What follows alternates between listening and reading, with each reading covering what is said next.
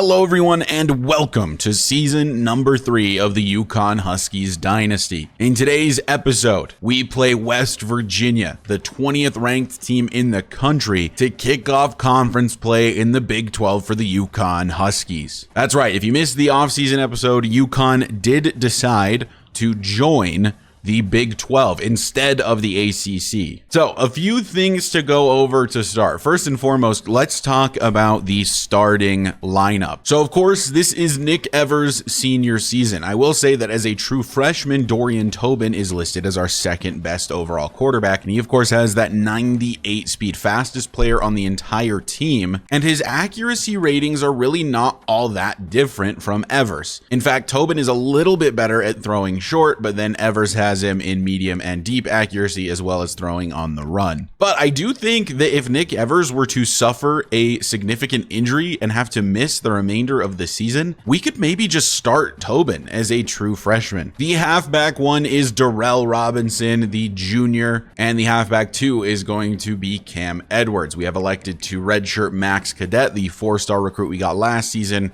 as well as Dan Boyd. Also, we did get Isaiah Carlson in the transfer portal. He will be the HB3, but you should see him a decent amount because he is going to be our power back. Wide receiver 1 is Shamar Porter this year and likely next year as well. Kylish Hicks, the senior, will be the wide receiver 2, and Jackson Harper, the junior, will be the wide receiver 3. Harper and Porter bring quite a bit of speed with a good amount of size to the position. I'm actually really excited about this wide receiver room this year. The starting tight end is going to be true freshman Marcus Engler. He has 85 speed, which is truly elite at the tight end position. I think he should be a big part of the offense this year. And then Brennan Wooten, the senior, who we brought in from the transfer portal, will be the tight end 2, and Trey Keenan, the tight end 3. Left tackle is junior Jaden Bass, and as you might recall from the offseason episode, we have kind of gotten decimated at the offensive line. So what you're going to see is that I'm starting players at positions where maybe they aren't the highest overall because I'm basing it more on their actual blocking attributes. So I felt like Bass was the most balanced of all of our tackles.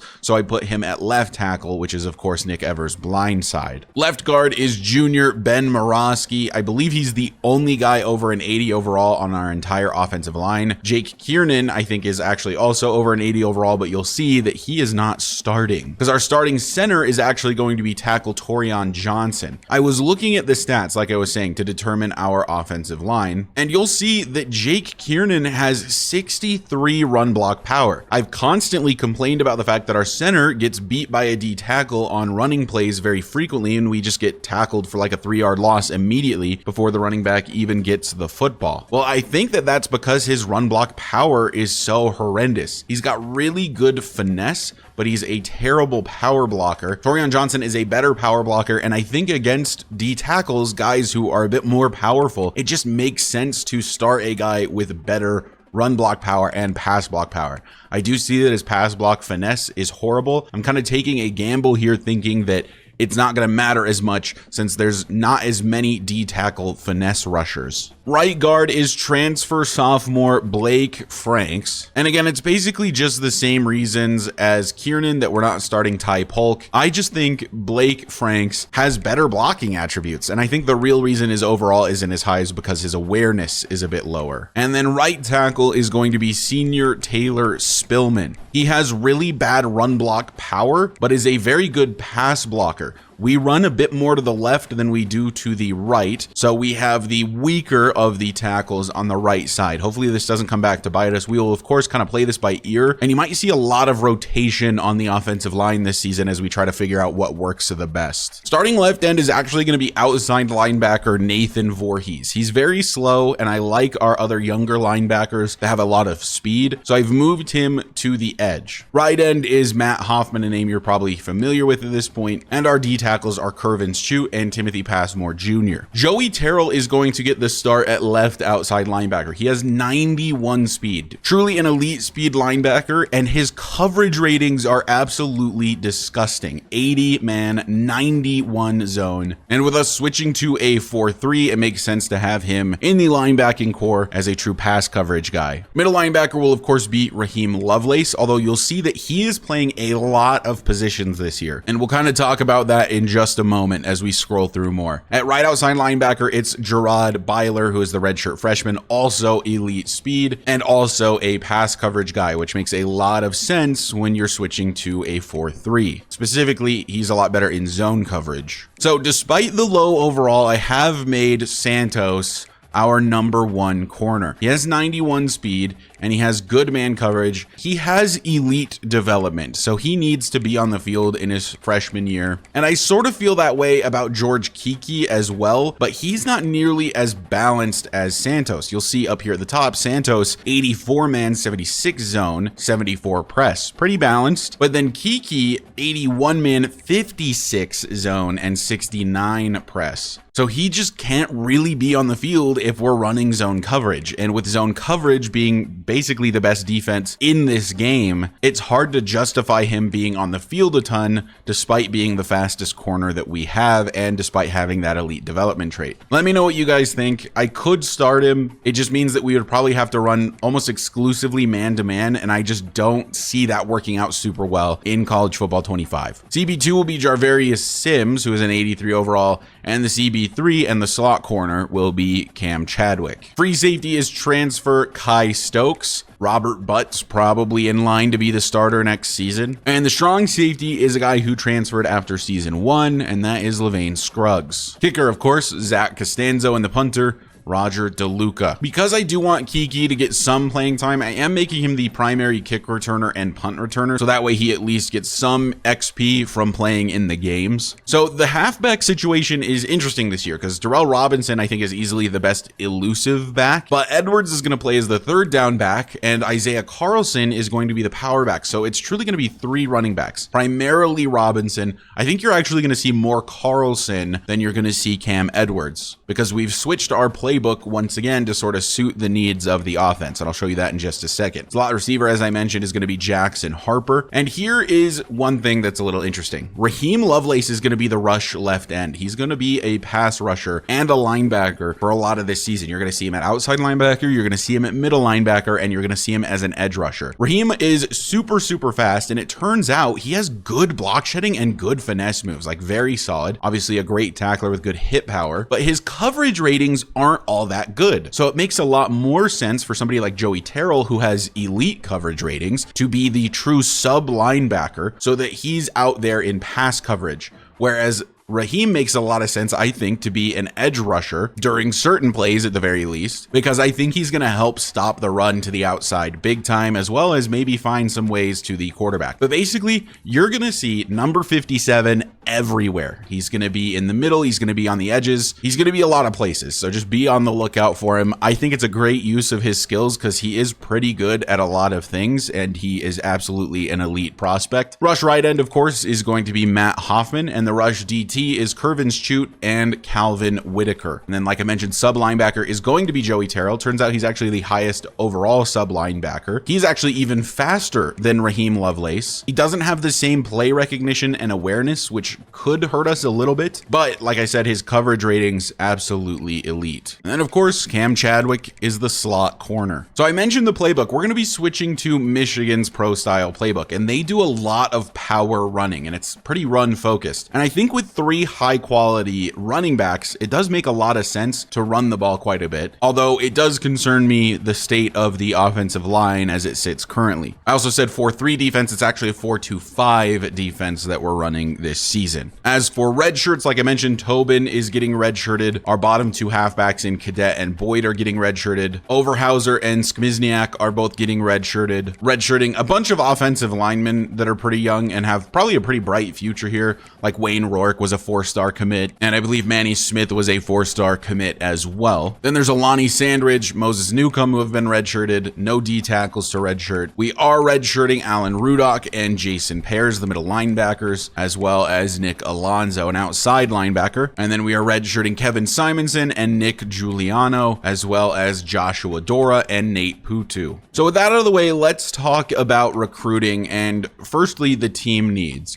So it does say we need 2 tight ends. We have 14 seniors transferring this season. Offensive line, I think, is definitely a need. Tight end is a need, and it says we need a quarterback and a halfback. And then defensively, 3 D tackles, a left end, an outside linebacker, and some DBs. So here's how I've set up the board currently, and you'll see that I am going after a 5-star gem in edge rusher Tank Easy. We haven't gone after a 5-star before, but Tank was interested, so we have started to pursue him, and I've just got points maxed out on him, and we are gaining more influence currently than anybody else. But there is a serious risk that these huge teams like Georgia, like Auburn, like Louisville, like Florida, and like Clemson could just jump in and decide that they want this guy, and there may be nothing we can really do. But we'll keep a close eye on Tank. We might have a good hard sell for him when it comes around to it, but he is a 5-star gem edge rusher, and these are his attributes: 85 power moves, 87 strength with 86 speed. I think would truly be a game changer on this defense. So there's also Adonis Keough, a 4-star gem edge rusher, and look who is competing with us. It is Syracuse. This is another guy I think could absolutely be an elite edge rusher. Imagine if we find our right end and left end of the future in this recruiting class, and we just have an elite edge rushing duo for like the next 4 seasons. That's kind of what I'm going for by going after these 2 pretty hard. Then there's a quarterback in Calvin Plummer, and normally I'm the type to go after scrambler quarterbacks, but I thought I'd switch it up a little bit here, and I'm pretty interested in Calvin Plummer. He doesn't have the strongest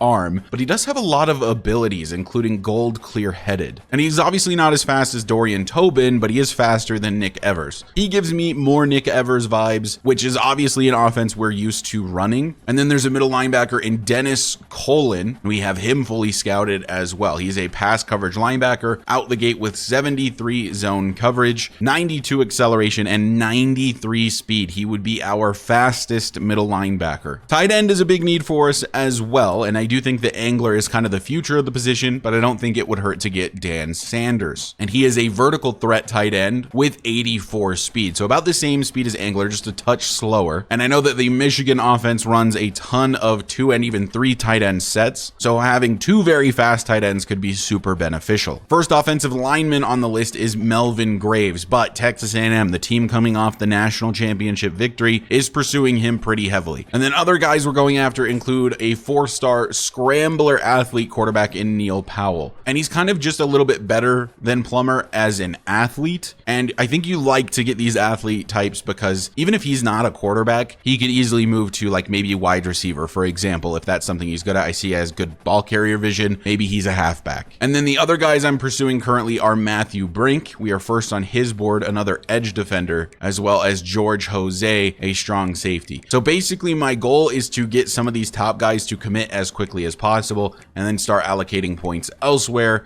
to 3-star guys that are going to be a bit easier to get. But it's finally time for some UConn Huskies football. It's year number 3 in the Dynasty, and the Huskies have joined the Big 12. And now for the first time, we'll be facing a Big 12 opponent in 20th ranked West Virginia. Welcome to Season 3, everybody. I hope you've been enjoying the episodes. A little bit of a new look to the offense. Obviously, big missing piece is Victor Rosa, but for the first play, we'll go to his replacement.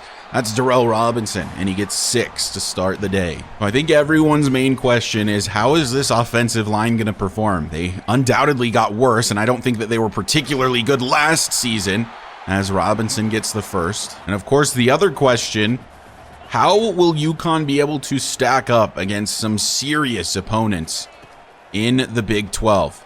So we're back to pass, and we'll go over the middle looking for Shamar Porter, and he holds on through the hits. So now already at midfield, kind of an empty box for West Virginia, and Robinson going to get the carry, but only gets 5 yards for his troubles. 2nd and 5, Evers back to pass.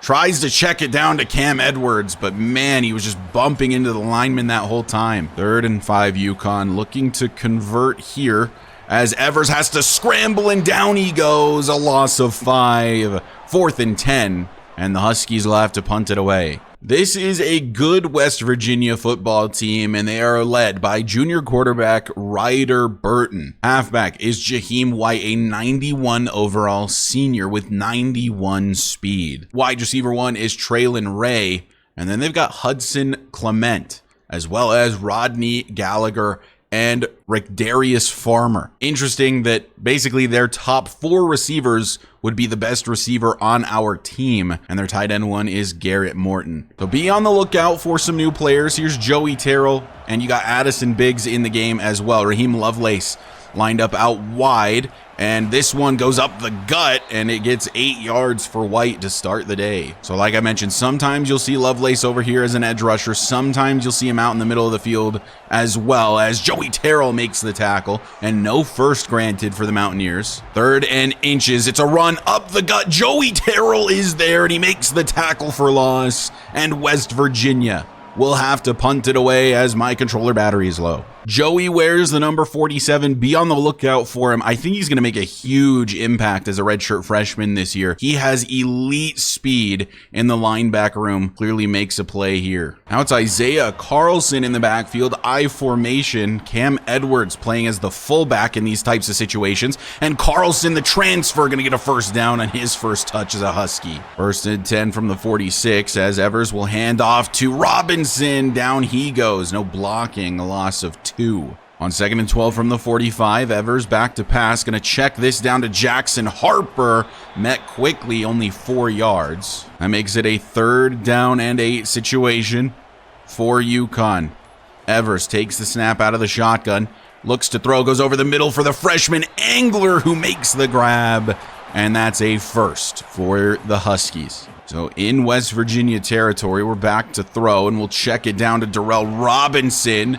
That'll get 4 yards. From the 34, it's 3rd and 5. Evers back to pass. Blitz coming, not picked up. And it's 4th down. We'll have to attempt a long field goal with Zach Costanzo. Kick is up, on its way. Does it have the leg? It does. I think it bounced off the crossbar and went through. But Costanzo nails a 51-yarder. And UConn is on the board first, 3-0 over the Mountaineers. And it did, in fact, hit the crossbar. How about that? An interesting formation here for West Virginia. 4 out wide to the left. I have not seen this formation before.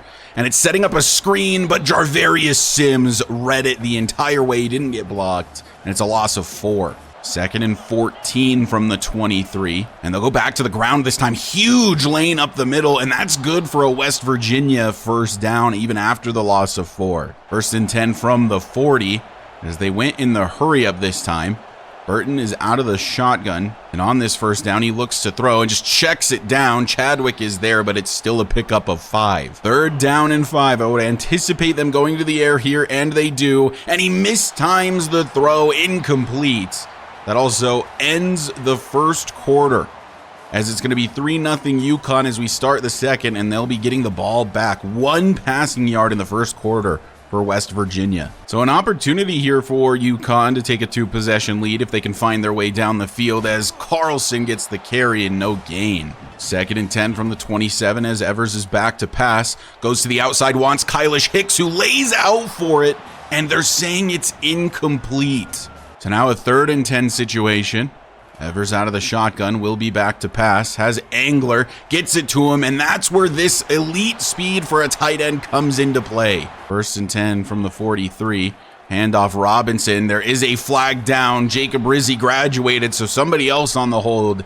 Looks like that is Wooten, the backup tight end. 1st and 10 from the 33, 1st and 20 from the 33. Man wide open left side is Kylish Hicks. Lots of running room, jukes back to the inside to get a few extra yards and gets to the 27. A big first down for the Huskies. The 10-yard loss on the penalty doesn't even matter. 2nd and 10 from the 27.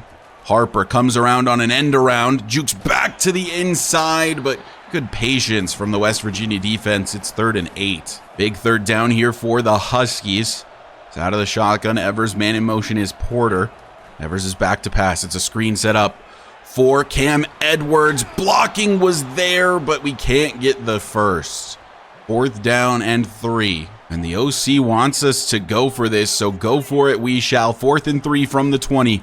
We're going play action, and we've got one back corner in zone. It's Kylish Hicks, but he has it broken up. And now we switch sides. UConn fails to convert, and it's a 1st and 10 for West Virginia. A disappointing end to what was a very good drive for UConn, Now 1st and 10 for West Virginia. That is caught. Pickup of 7. 2nd and 3 from the 26. Under 7 minutes left to play in the half. I feel like it's absolutely flown by. Burton gets this to his man, and that's a huge pickup for West Virginia as they near midfield. That's one of those situations where you question why we ever run man coverage. 1st and 10 from the 44. A keeper for Burton, and Byler is there. He's got elite speed as well. Love having speed in this linebacking core. 3rd and 8 for the Mountaineers. Burton out of the shotgun. It's a delayed handoff, and it looks like it's going to work. It does. The HB draw works out for West Virginia, and that's a fresh set of downs. 1st and 10 from the 43 for Burton and the West Virginia offense. Got a man in motion, but it goes to the halfback, and they're met by Joey Terrell and Cam Chadwick. 2nd and 14. As White back in the game, Burton looks to throw, checks it down to a wideout, and that is Sims again all over it. 3rd and 16 for West Virginia. Burton running out of time, scrambling, throwing it away, hit by Lovelace as he throws, and it's 4th and 16. 3 minutes and 2 seconds left in the half as Evers will go back to pass. Dumps it off over the middle to the tight end Wooten. Gets 2. 2nd and 8 from the 13. As Evers back to throw again and throws it right to the West Virginia defender. And that's going to be a pick 6 against Nick Evers. As West Virginia baits Nick Evers into the throw to Shamar Porter on the left. And it works. Touchdown Mountaineers. It's going to be 7-3 when UConn takes back over. Brutal for the UConn offense, and I think especially brutal for the UConn defense. They've continued to play very well and are sort of getting punished by their offense as Kylish Hicks makes a move. 2nd and inches from the 29. As Angler wide open up the seam, makes the grab. Nick Evers seeing that the whole way. 1st and 10 UConn. On 3rd and 6 from the 48, Evers. Back to throw, lobs one up. He wants Shamar Porter. He's got Shamar Porter inside the 5, down at the 2. A big blitz sent from West Virginia, but Evers lobs it up to his main man, Shamar Porter, and he makes the defense pay. We are able to get into the end zone here. We don't want to do it too quickly. That'll leave West Virginia with entirely too much time. But with 2 seconds left, we'll hand off Carlson, and he cannot punch it in. 2nd and goal. Evers back to throw, wants Angler, but he's hit as he throws, and now it's 3rd and goal. 3rd down and goal from the 3 as Evers is back to pass again. Wants Porter, hit as he throws one more time, and it's 4th and goal. Man, just no time to throw. Was that a blitzer this time, or was it a block missed? Left guard Ben Morosky just couldn't hold his block quite long enough. If he does, Porter's about to be open in all of this open space on the right side. Probably a surefire touchdown. But unfortunately, Morosky doesn't give Evers quite enough time, falls incomplete. Now we settle for the field goal attempt once again. Costanzo's kick is good, and that makes it 7-6. And we'll see if the defense can hold before we head to the half. I guess the question is, will they even attempt it? With 25 seconds left, they will as they go to the air immediately. That one, risk of being intercepted, instead just falls incomplete. Wouldn't be entirely surprised to see a run play here. Well, now I would, now that the running back's going out wide to the right. Over the middle, nearly intercepted. It was Raheem Lovelace who swats it down. With 19 seconds left, man in motion, and it's going to be a handoff to the halfback, White. And I'll call a timeout here. Let's see if George Kiki can give us a crazy punt return. As I mentioned, it's redshirt freshman corner George Kiki back to return. He'll step up, gets a blocker, has excellent speed. There is a flag down, though, and I'm going to guess that's a block in the back or holding. Number 13, I believe that's Nathan Voorhees. So with 5 seconds left, we'll just launch the ball down the field one time for our buddy Shamar Porter. Maybe he makes a miraculous play. He does not, and we'll head to halftime. So it really should be 6-0 or maybe even more in favor of UConn, as the defense, specifically in the passing game, has played incredibly against West Virginia. But of course, the pick 6 from Nick Evers is the difference here. We've dominated time of possession. We have way more yards offensively, but we find ourselves down by 1. So a slow start to the year for both offenses As back to pass is Burton finding his man right side, and that is a completion to start the drive. 1st and 10 from the 28 for West Virginia, as Burton running out of time, but finding his man, Joey Terrell, there to make the tackle. That was Gerard Byler in coverage, unable to keep up, and Terrell at a high risk of injury at the moment. So we've taken Terrell out of the game. It's going to be Byler taking over in his position for now. 1st and 10 from the 47, as Curvin's Chute is going to get the sack. 2nd and 17, a huge loss. From the 40 on 2nd and 17, running back in motion out wide to the right.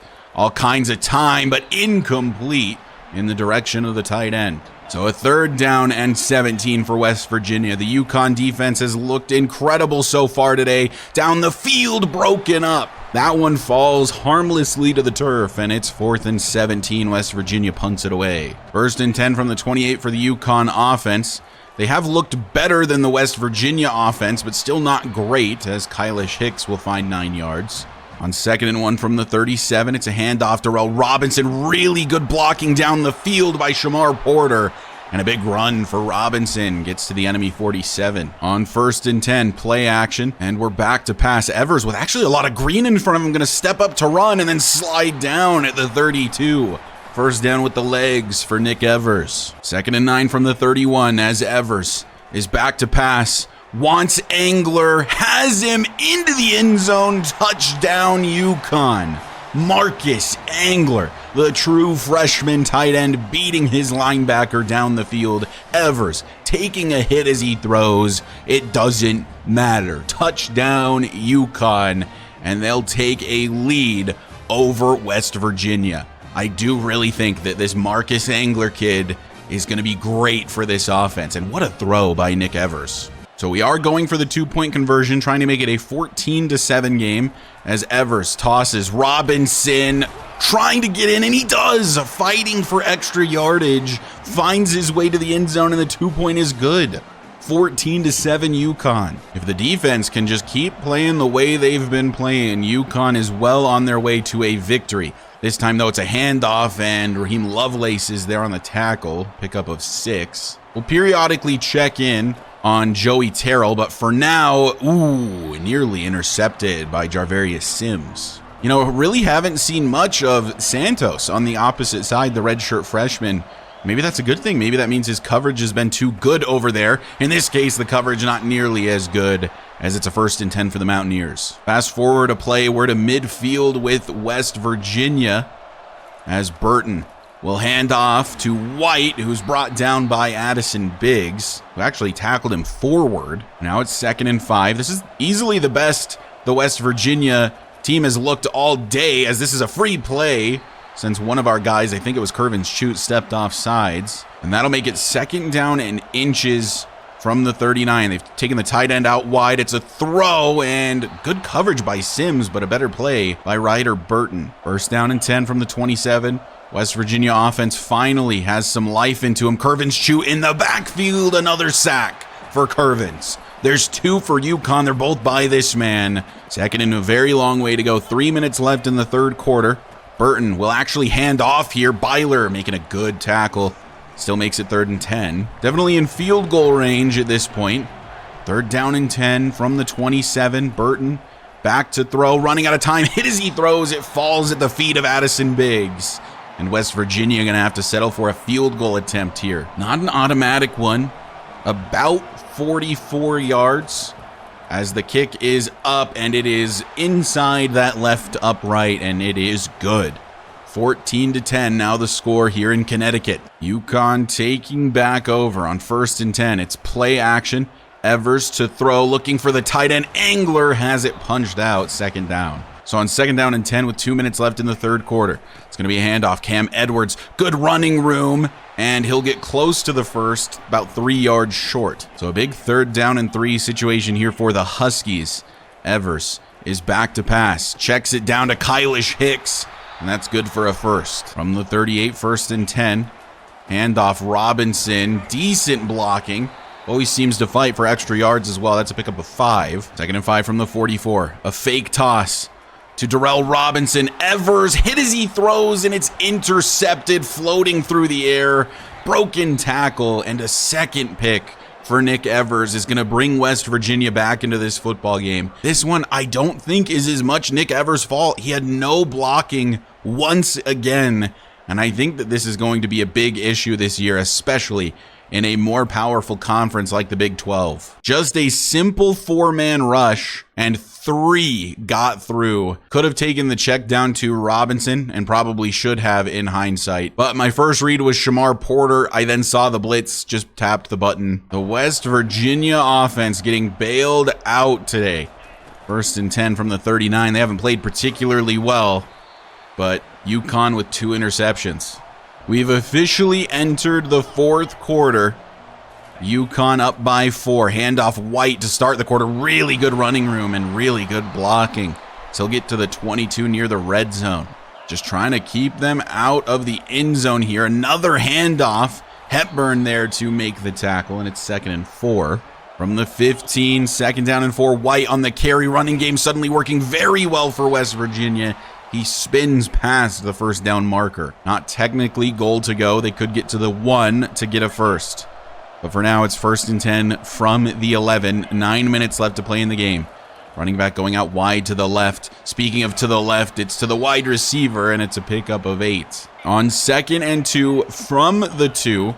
It's going to the air for Burton. Running out of time, scrambling, back corner, end zone. It's intercepted by Jarvarius Sims. There's nothing but green in front of him. Can he juke out the running back? He does, but then doesn't have the speed to get away from the rest of the West Virginia offense. But either way, a huge play for the new top corner here in Connecticut. It's Jarvarius Sims on the interception. 1st and 10, UConn at their own 30. UConn getting bailed out by the defense yet again.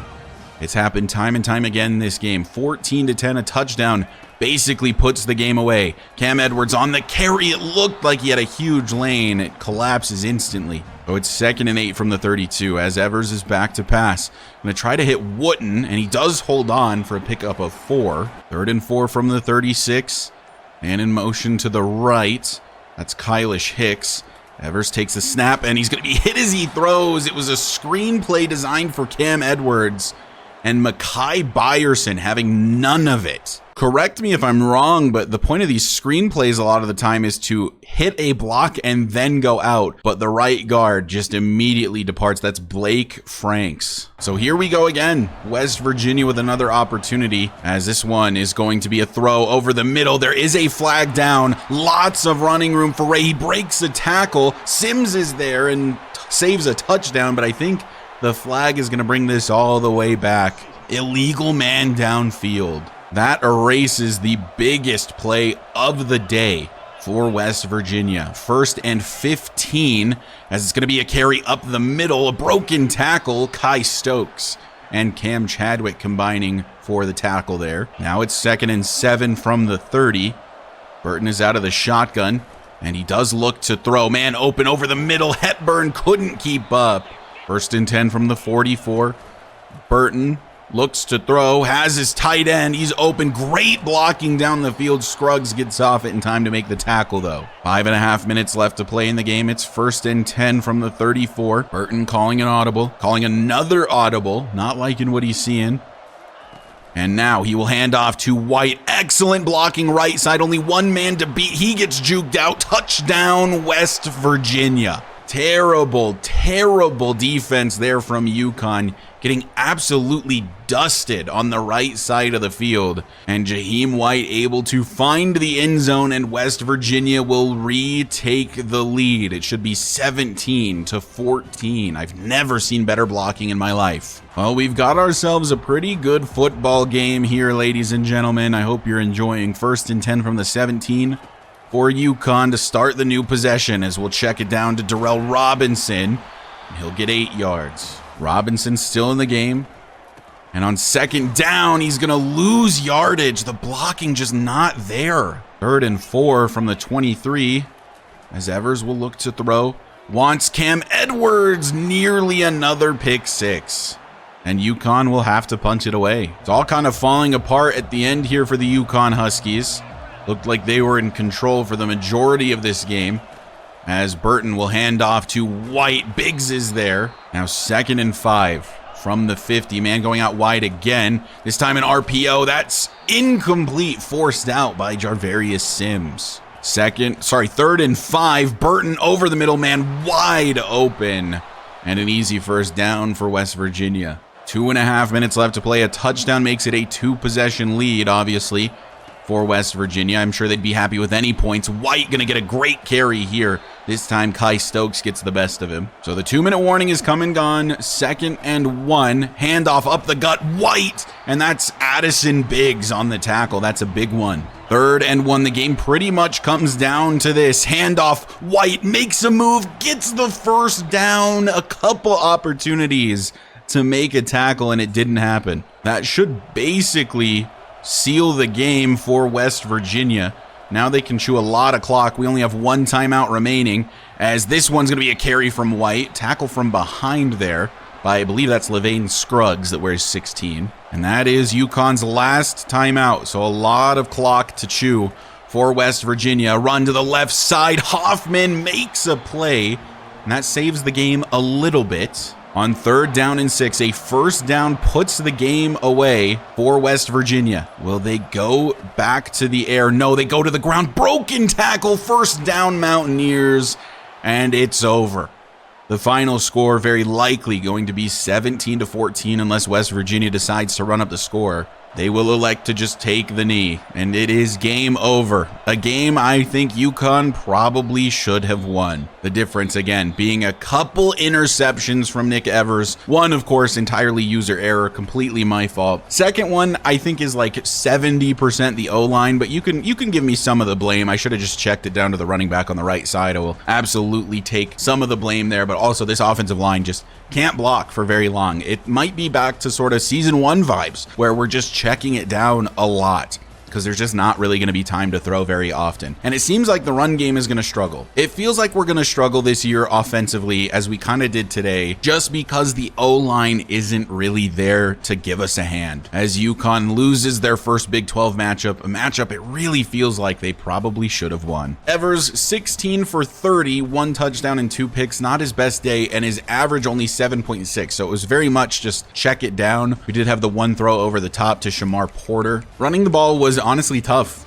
Robinson only with 4 per carry, Carlson only with 3 per carry, and Cam Edwards only had 2 rushing attempts but did have 4.5 per carry. Engler 4 for 79 with the 1 touchdown, had a great day in his debut. Kyler Hicks 3 for 56, Darrell Robinson 3 for 18, and Porter 2 for 60. Definitely our deep threat, that is for certain. As for blocking, the only guy who gave up a sack was Spillman. Did get 5 pancake blocks from center Torian Johnson. Defensively, Sims with the most solo tackles, Scruggs and Biggs with the most total tackles. Interesting that Biggs ended up with the most total tackles because he didn't play the whole game. He basically missed like the entire second quarter, so the guy just got involved, I guess, when he was on the field. Curvin with 2 sacks and also had, of course, the 2 TFLs, as did Sims. And of course, Sims with the 1 interception. Seems like we might have our star DB for the season. Great performance by Jarvarius Sims. And honestly, a great performance in general by the defense, collapsing a little bit in the 4th quarter, but man, they gave opportunity after opportunity to that offense, and we just couldn't do anything with it. And I keep seeing YouTube comments about you guys like complaining about the way that I am playing and that I'm making dumb decisions. You gotta understand that I'm not sweating super hard during these games. The point is for the team to get rebuilt, not for me to sweat out the game super hard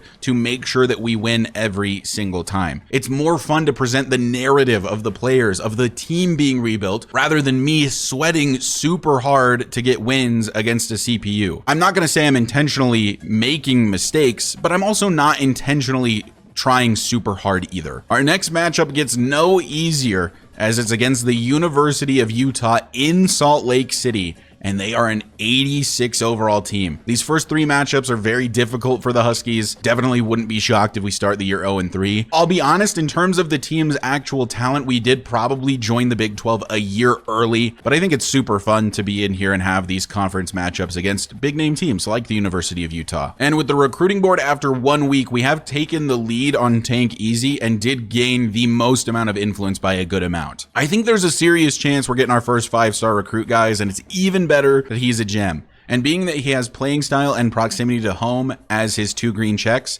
the other one is either conference prestige or playing time as far as I can remember, which are both decent hard sells for us. I think there's a good chance we end up with Tank Easy, although Georgia is making a bit of a push as well. But anyway, that is going to do it for this first episode. Thank you guys so much for watching and for the continued support. I do really appreciate your feedback. I know I just went on that rant about people complaining about the way I play, but it's appreciated either way. I want the feedback. I want to know things I can do better to make this series more enjoyable for everyone. So leave a comment if you have any ideas or just if you enjoyed the video. But if you find yourself coming back on the regular and you aren't already subscribed, go ahead and hit that sub button for me. It does help me out a lot. And I'll see you guys in the next episode where we'll face off against the Utah Utes in Salt Lake City.